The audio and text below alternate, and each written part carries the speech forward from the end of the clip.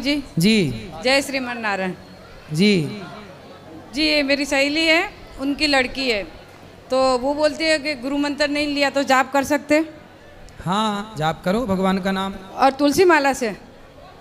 जाप करो तुलसी की माला से। और मेरा 1.5 साल का नेती है, वो जो आप कथा में बोलते हैं मैया, वो कहीं भी हो तो ऐसा दौड़ के टीवी के पास आता है, उनको बहुत अच्छा लगता है आप जब मैया बोलते।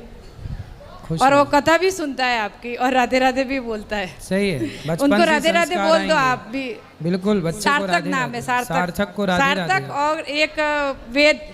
सार्थक और वेद को राधे राधे। Thank you. राधे राधे गुरुजी। जी, आपके चरणों में कोटि कोटि प्रणाम। खुश रहिए, कैसे हैं गुरुजी? कृपा है। गुरुजी कानपुर से आए हूँ मैं। कानपुर कब आएंगे गुरुजी? कानपुर कब आएंगे आप? कौन से कानपुर? इस कानपुर के? नहीं उस कानपुर। बताइए कब आएंगे? आएंगे। ठीक है गुरुजी, हम लोग बुलाएंगे आपको। ठीक है, बुलाना। गुरुजी मेरे पति की तबीयत खराब रहती है। उनसे बोला करो योग किया करें। कथा सुनते नहीं है, वो नींद का दवा खा के सोते हैं। हाँ, और डिस्प्रेशन में चले गए हैं। काहे में चले गए? पता नहीं, दवाई बिना खाए सोते नहीं है। नहीं, कहाँ चले गए फिर बताओ? डिस्प्रेशन में।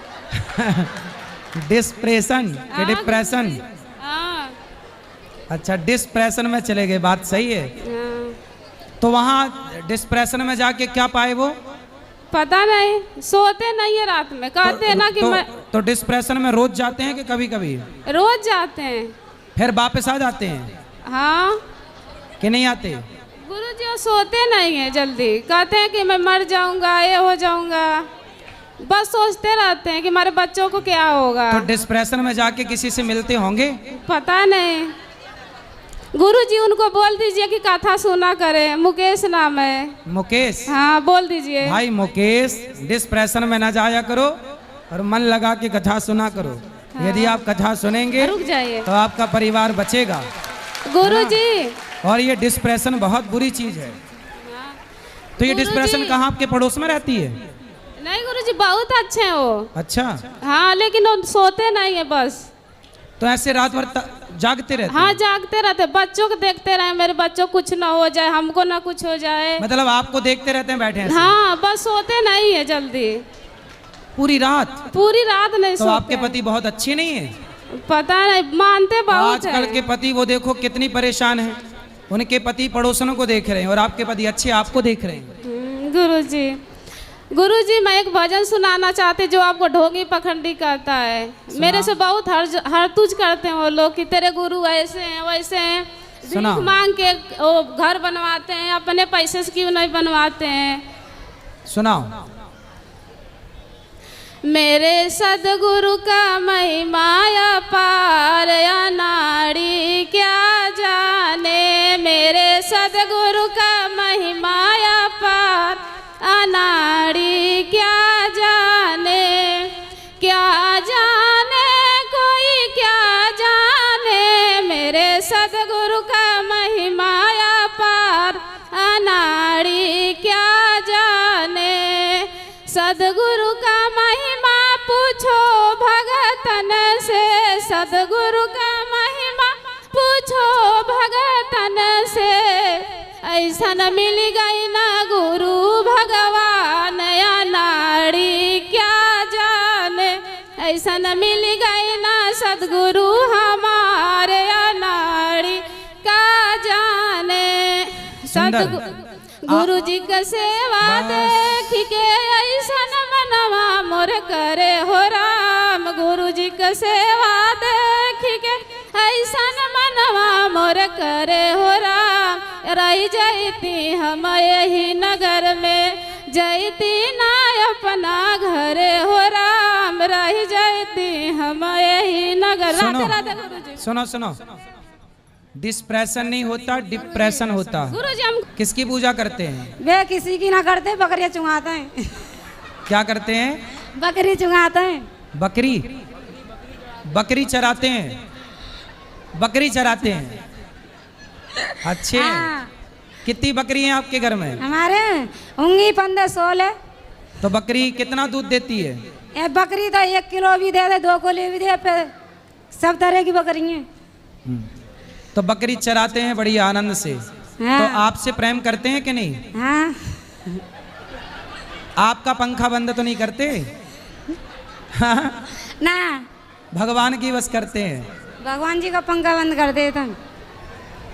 राधे राधे। तो आप ले आना, उनको समझाएंगे कि भगवान का पंखा ना, बंद। ना आते आपके बारे में हमारे छोटे छोटे देवर गंत शब्द बोलते हैं, हमें चिढ़ाते हैं। कोई बात नहीं। अने कहते ढोंगिए उड़ रहे हैं, बेल खेल रहे हैं।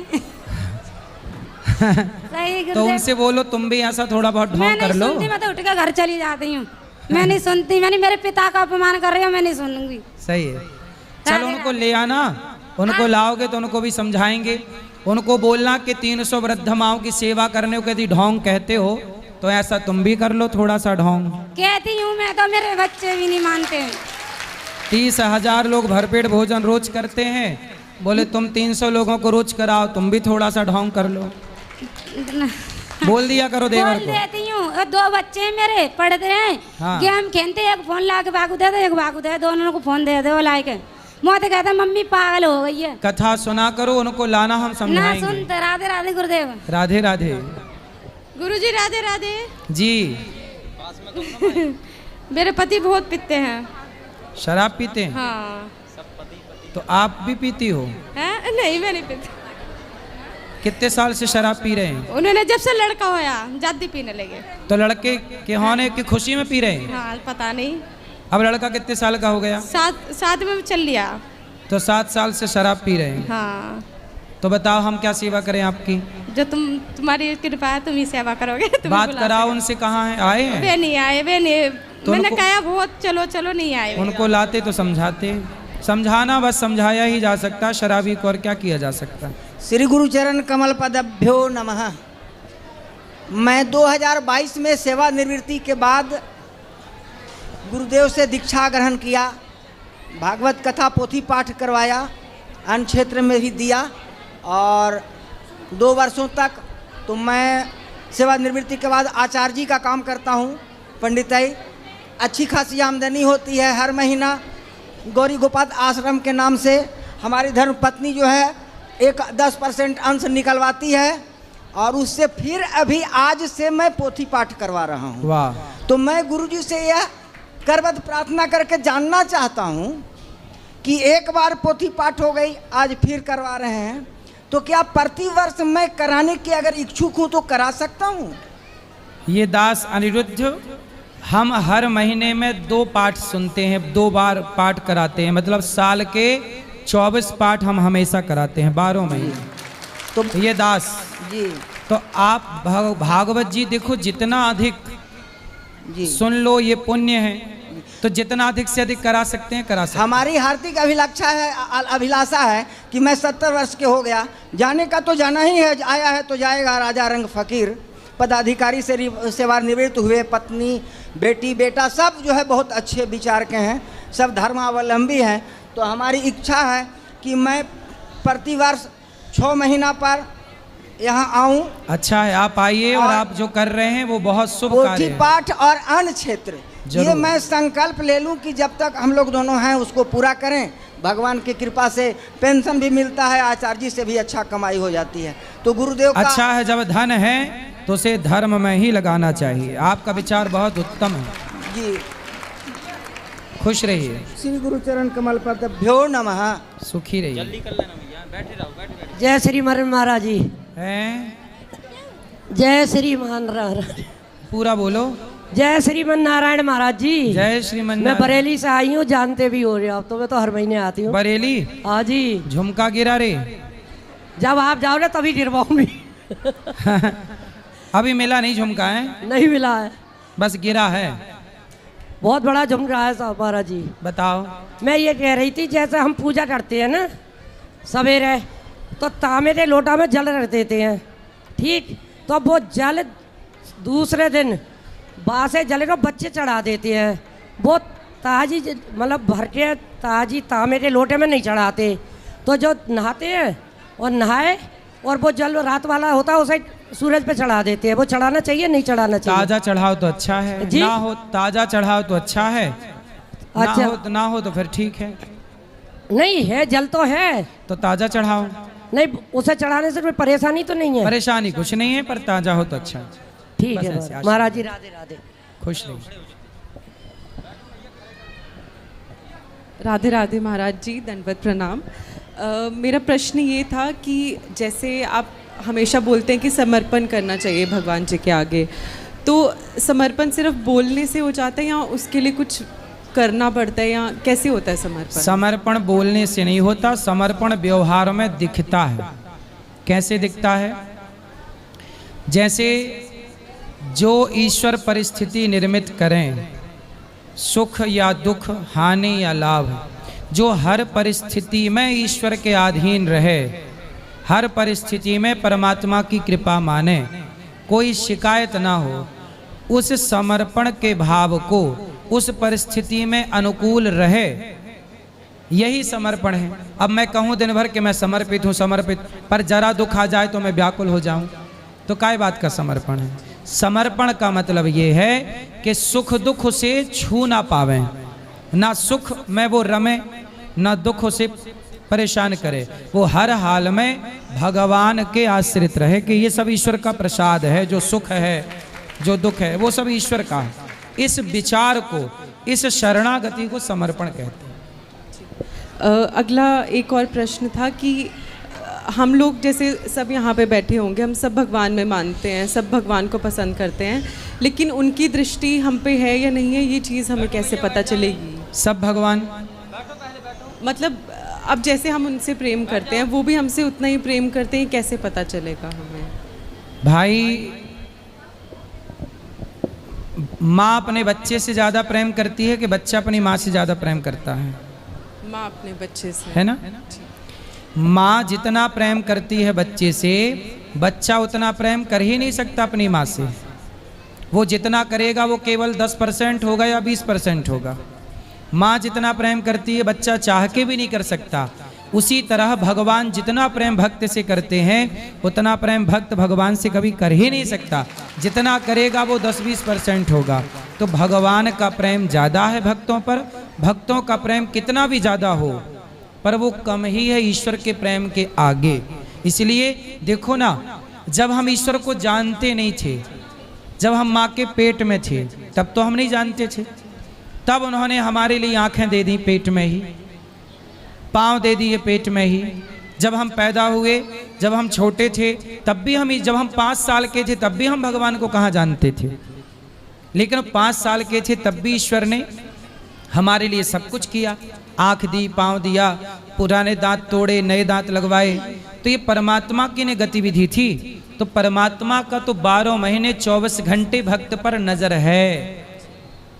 तो हर क्षण ईश्वर का जो बदलाव हमारे शरीर में वो ईश्वर का बदलाव है। तो भगवान जितना, हम तो सो जाते हैं तो ईश्वर को भूल जाते हैं, लेकिन जब हम सोते हैं तब भी परमात्मा हमें याद रखते हैं कि हमारा भक्त सो रहा है। सोते समय तो हम बिल्कुल मुर्दे की तरह हैं, पर उस समय दृष्टि ईश्वर की तब भी है। इसलिए भगवान को माता कहा गया, त्वमेव माता। इसलिए कहा है मात पिता तुम मेरे। जैसे बच्चा सोता है तो माँ जाग कर उसकी रखवाली करती है, जरा भी कुन्न मुन्न किया तो माँ जाग जाती है। ऐसी भक्त सोता है निश्चिंत, पर भगवान उसके लिए जागते हैं। इसलिए तो भगवान मंदिरों में खड़े हैं, बैठे हुए भगवान कहाँ हैं? कम जगह है जहाँ भगवान बैठे हुए हैं। सदा अपने भक्त के लिए एक पांव से खड़े रहते हैं हमारे कृष्ण कन्हैया। कब भक्तों को ज़रूरत पड़ जाए, कब दौड़ना पड़े। बस एक आखिरी प्रश्न था। मेरे कोई जानने वाले, ये प्रश्न उनकी तरफ से है। उनको एक प्रॉब्लम है जिसको OCD कहा जाता है, ऑब्सेसिव कंपल्सिव डिसऑर्डर। इसमें क्या होता है कि जैसे जर्म से फोबिया टाइप का हो जाता है, डर हो जाता है, और हर चीज़ को करने का एक पैटर्न बन जाता है। तो मतलब जैसे फिज़िकल जो बीमारियां होती हैं वो हम लोग देख सकते हैं, पर कि जो मेंटल प्रॉब्लम्स होते हैं वो दिखते भी नहीं, और शायद लोग समझते भी नहीं आजकल के टाइम पे। तो उन्होंने मेडिकेशंस भी लिए हैं काफ़ी, पर उससे कोई फ़र्क नहीं पड़ रहा उनको। तो उन्होंने मुझे बोला था कि महाराज जी से पूछना कि हमारे शास्त्रों में या कहीं भी ये चीज़ों का वर्णन किया गया है मेंटल प्रॉब्लम्स का, और अगर किया है या नहीं किया तो इसका क्या निवारण हो सकता है, इसको ठीक कैसे किया जाए? देखिए ये जितनी बीमारियां हैं मेंटल इत्यादि, जो मानसिक तनाव है, मानसिक बीमारियां बोलते हैं इसको। एक शारीरिक होती है, एक शारीरिक रोग होता है, एक मानसिक रोग होता है। तो ये मानसिक रोग है। इस मानसिक रोग में दो चीज़ें कामयाब हैं। पहला तो हम आयुर्वेद औषधियाँ लें, दूसरा हम शांत चित्त से सत्संग करें। संसार की हर बीमारी का उपचार है शांति, और शांति कहाँ मिलती है? सत्संग में। इसलिए उनसे बोलिए कि भगवान के पास ऐसा कौन सा रोग है जिसका उपचार ना हो। जब वो भगवान की कथा सुनेंगे प्रेम से तो भगवान उनकी व्यथा सुन लेंगे प्रेम से। बस एक बार भगवान की कथा धीरे धीरे सुने।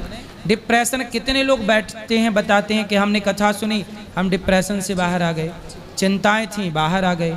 तो ये सही है, डॉक्टरों के पास कितनी भी टैबलेट वो दे दें, पर डिप्रेशन की कोई बीमारी थोड़ी होती है। चिंता है, अब इसकी क्या बीमारी? अब जैसे किसी को चिंता है कि बेटी बड़ी हो गई, अब ब्याह करना है। अब ये माँ बाप को चिंता खाई जाती है कि बेटी का ब्याह, बेटी का ब्याह। लेकिन जब ये चिंता करते हुए जब वो सत्संग करते हैं तो सत्संग में बोला जाता है कि जिस परमात्मा ने बेटी बनाई है, क्या उस परमात्मा ने बेटी के लिए वर ना बनाया होगा? तुम चिंता क्यों करते हो? जिसने बेटी बनाई वो वर बनाया होगा, समय आने दो हो जाएगा। इतनी सी बात माँ बाप को समझ में आ जाए तो वो भगवान में झुकाव कर लेंगे कि भगवान जब चाहेंगे हो जाएंगे। वो चिंता से तुरंत मुक्त हो जाएंगे कि मैं क्यों चिंता करूं, जिस परमात्मा ने बनाया है उसे चिंता होगी। हम केवल कार्य करते रहें, प्रयास करते रहें।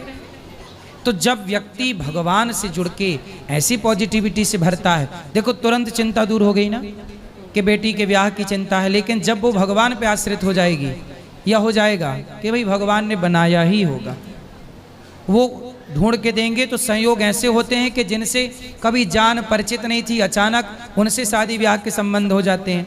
मतलब होनहार जो होना वो होके रहेगा, होनी तो होके रहे, अनहोनी ना होए।